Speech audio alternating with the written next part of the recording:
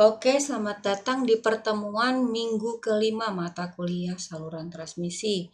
Hari ini tema kita mengenai saluran transmisi pada kabel koaksial. Seperti kita umumnya tahu, kabel koaksial adalah kabel hitam yang di dalamnya suka ada tembaga. Itu biasa kita lihat yang ada di komputer, colokan di komputer, adaptornya, juga yang suka ada di TV. Hampir rata-rata kabel-kabel yang ada elektronik di rumah kita itu semua koaksial. Oke ya. Di sini outputnya, target luarannya adalah mahasiswa mampu mengerti dan merancang saluran transmisi koaksial yang single maupun yang paralel ganda. Tapi karena di sini kita bukan membahas rangkaian listriknya, kita lebih membahas ke saluran transmisinya. Oke, pembukaan dulu. Transmitter yang membangkitkan daya RF. Ya, RF itu mulai bekerja dari mulai antena ya. Jadi dari antena sebelum antena apa setelah antena, setelah menerima penerima antena terus diatur semuanya ke saluran-saluran yang lain, ke blok-blok yang lain. Ya. Itu sudah masuk ke listrik intermediate frekuensi. Dia sudah ngomongin baseband, sudah listrik di situ. Ya. Nah, di sini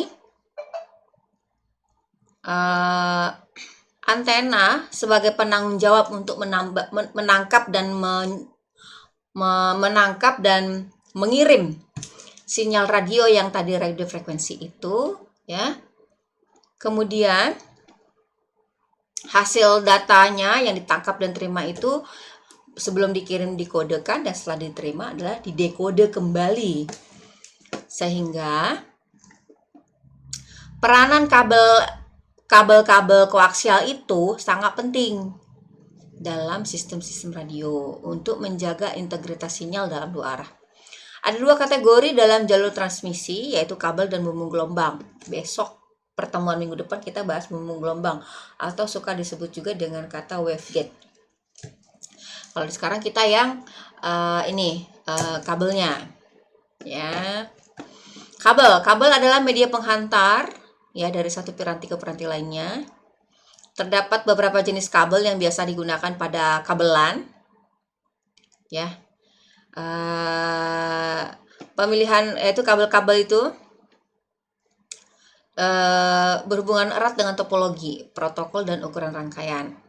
Sehingga kriteria-kriteria jenis kabel yang berlainan dan berkaitan dengan aspek lainnya dalam rangkaian, yaitu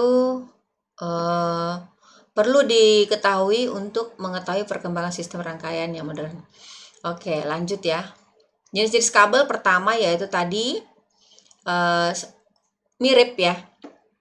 Sebenarnya kabel koax juga sih. Mirip lah ya, mungkin mirip. Dia sama, berpasangan tetapi tanpa pelindung atau unshielded twisted pair atau UTP. Kalau yang pakai pelindung STP, shield twisted pair. Selebihnya lagi kabel optik dan kabel koax. Kabel koax sama ini ya. Dia ada intinya, ada selubungnya, ada selubung luarnya. Baru ini yang supaya sekitarnya nggak kena korslet. Jadi biasanya dikasih plastik ya atau karet. Nah, kabel koax ini mempunyai satu kawat tembaga di dalamnya ini tembaga yang berfungsi sebagai media hantar elektrik di tengah-tengah. Nah, satu lapisan plastik berfungsi memisah terhadap kawat dan tembaga yang berada di tengah itu dengan satu lapisan pintalan besi. Gunanya supaya sebagai penghalang ya, mungkin tepatnya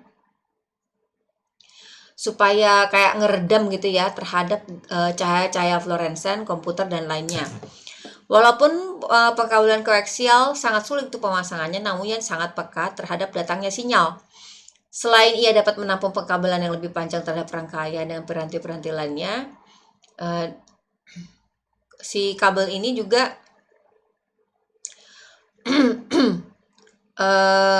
dengan fisik yang tipis, dia dapat membawa sinyal Ethernet yang ini nih.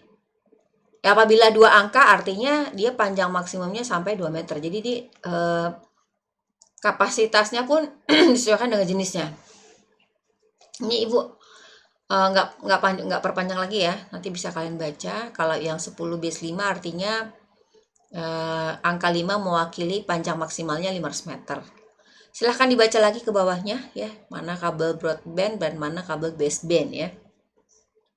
Kabel baseband dia jenisnya sama twisted pair ya, bisa mau yang sealed sama yang unsealed. Kalau yang digital 50 ohm, tahu kan ya, ini adalah impedansi karakteristiknya dia 50 ohm. Kalau analognya dia 75 ohm. Kabel koaksial memiliki noise immunity yang lebih baik, jelas, karena dia wireline ya. Beda sama yang wireless. Sensitif dengan noise, namanya di udara, semua bebas jadi numpang. Kalau ini kan enggak. Udah gitu kemampuan menghantarkannya pasti lebih besar, itu jelas. Itu tadi, karena hambatan noise yang nebeng-nebeng juga dikit dibandingkan yang wireless. Selanjutnya kalau tadi baseband, sekarang yang broadband. Ini digunakan di dunia komputer ya, karena contohnya biasa pada televisi juga, monitor TV. Selain karena panjangnya yang lumayan, juga frekuensinya. Si broadband itu meliputi daerah yang luas, artinya perlu amplifier analog sebagai penguat. Itu tadi, kalau panjang pasti kan agak ada juga yang namanya selama di perjalanan dia terdegradasi. Oleh karena itu dibutuhkan penguat, makanya dibutuhkan tadi katanya amplifier analog.